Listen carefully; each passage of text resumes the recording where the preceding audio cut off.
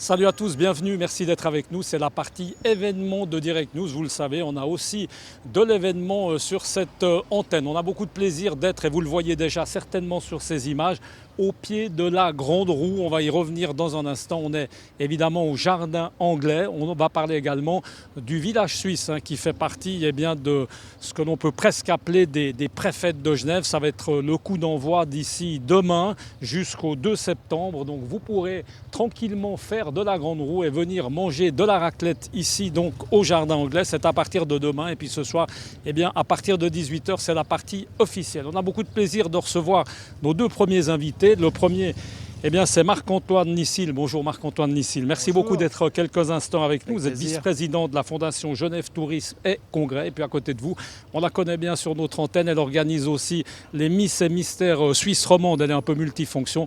Roxane Kupferschmidt. Merci Roxane d'être avec nous. Tu vas nous parler plus précisément de ce village suisse qui est en train de s'installer. Alors vous le voyez, on s'affaire toujours, on est en pleine finition pour que tout soit prêt à partir de ce soir 18h. Marc-Antoine Nissil, cet événement pour Genève Tourisme, évidemment qu'on peut considérer que c'est quelque chose d'important. Alors si vous êtes d'accord pour éclairer un peu notre lanterne, parce que c'est vrai qu'on a beaucoup parlé des fêtes de Genève, des préfètes, des feux, on profite de votre présence, où est-ce qu'on en est ? Effectivement, ça a fait question. beaucoup parler et aujourd'hui nous sommes contents qu'il y ait cette grande roue et ce village suisse, une animation sur un endroit stratégique de la ville à côté de l'horloge fleurie, tout près du jet d'eau, et il y a notamment des touristes de villégiature qui restent juste pour la journée et ceux qui viennent des hôtels et qui restent plus longtemps. Donc avoir une animation, c'était très important. Ça fait partie de la mission de Genève Tourisme aussi, d'organiser quelques manifestations à caractère touristique durant l'été. Et effectivement, nous avons organisé les fêtes de Genève pendant pas mal d'années. On ne va pas revenir sur les détails, mais effectivement, ce n'était plus possible pour Genève Tourisme de continuer à organiser les fêtes de Genève pour plein de raisons. Ceci étant, nous sommes tristes, en tout cas, pour qu'il n'y ait plus un événement d'aussi longue durée, d'une grande ampleur comme étaient les fêtes de Genève.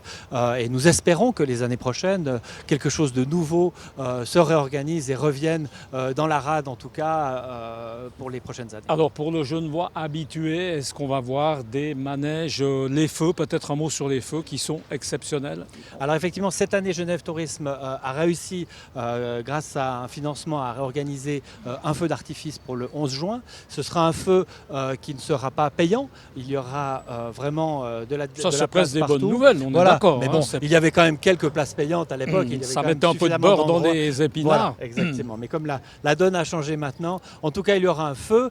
Il y aura un feu qui évidemment n'aura pas tous les manèges et les stands autour, mais il y aura une belle soirée avec un beau feu qui devrait durer comme les autres années en tout cas, et qui ne devrait pas être moins bien que les autres années. Mais effectivement, les organisateurs nous laissent toujours un petit peu la surprise de dernière minute. Marc-Antoine Nissil, quelle est la réaction de ces fêtes par rapport aux Genevois? On peut imaginer que c'est peut-être pas là le problème par rapport aux étrangers, aux gens qui ont réservé l'hôtellerie, etc. Est-ce que vous pensez que ça va avoir une incidence? Le fait de faire des fêtes, évidemment, beaucoup plus réduites. Alors, les étrangers, forcément, quand on fait de la promotion à l'étranger, les gens demandent quelles sont les activités, qu'est-ce qui se passe cet été à Genève. Donc forcément, ils étaient là. Chaque année, en reconfirmant les fêtes de Genève, ils étaient contents parce que c'est ce que sont les clients leur demandent. Si on va à Genève, qu'est-ce qui se passe? Donc effectivement, c'est pour ça que c'est bien d'avoir la Grande Roue, c'est pour ça que c'est bien qu'il y ait encore quelque chose qui s'organise. La ville s'est coordonnée avec les forains pour organiser quelque chose. Il y aura aussi quelques stands à quelques endroits, notamment je crois comme ça a été fait l'année dernière ou il y a 2 ans, qui était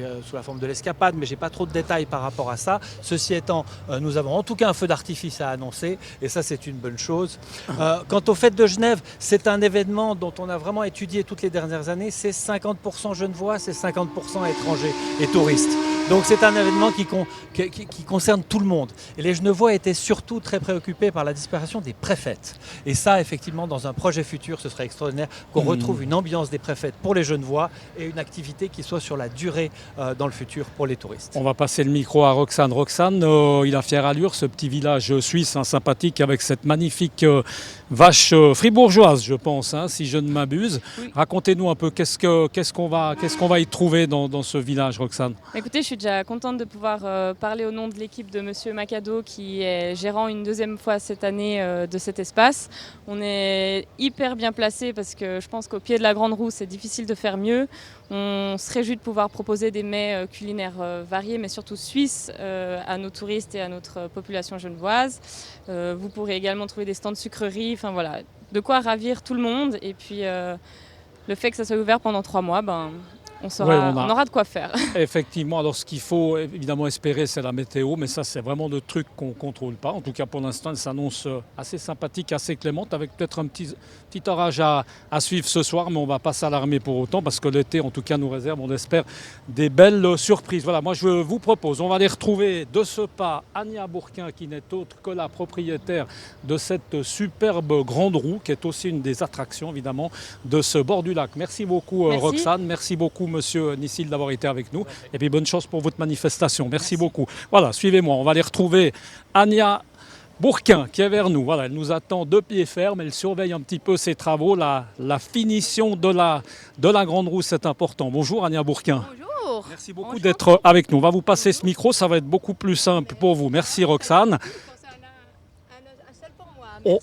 Voilà, on va essayer de pas trop le bouger, de le garder vers vous. Plaisir de vous rencontrer de nouveau. On s'était vu l'année dernière, ça va faire la 2e année. Cette grande roue, Ania Bourquin, qu'est-ce qu'elle a de différent que celle de l'année dernière?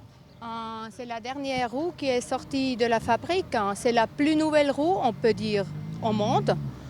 C'est la plus nouvelle technique et ça fait 1 semaine et demie qu'on était la chercher directement à l'usine. L'usine, elle est où par exemple? L'usine, par exemple, l'usine, ça c'est en Hollande, ça c'est 1 heure de Antwerpen. Et à Heerenveen, c'est l'usine.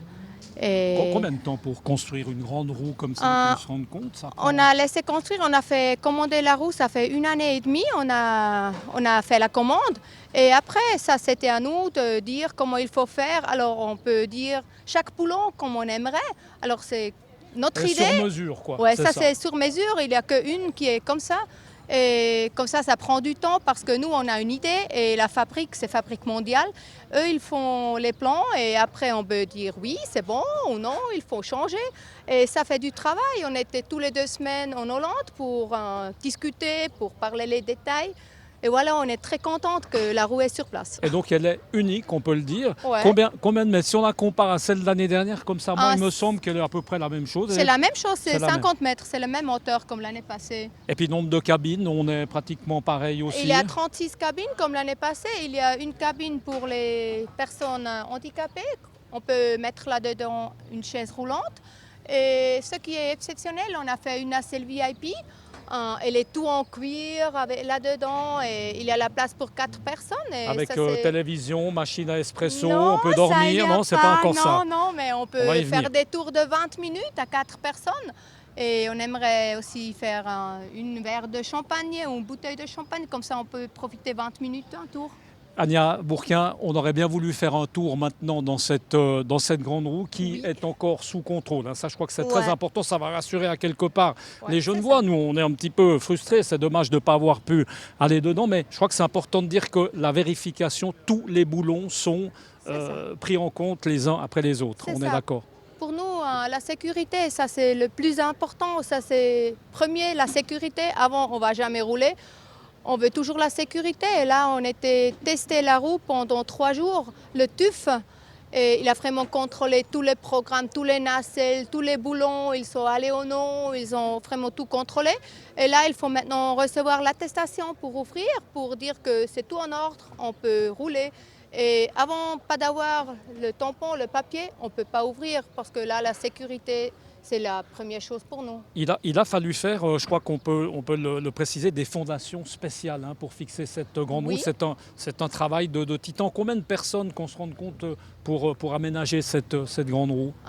Normalement, on est entre 10 et 12 personnes pour faire le montage et le démontage. Et ça, c'est sur 7 remorques. Le transport, c'est 7 remorques. Il y a 3 remorques lourdes et le reste sont des remorques de 20-25 tonnes. Et cette grande roue, elle tourne pour que les gens puissent venir voir. Ça tourne de quelle heure à quelle heure? Elle est ouverte. Évidemment, la météo est importante. On peut imaginer qu'on ne peut pas la faire tourner n'importe quand. Là, on est de nouveau à la sécurité. Alors nous, on contrôle presque quand le temps, c'est pas sûr qu'il ne fait pas vraiment beau temps.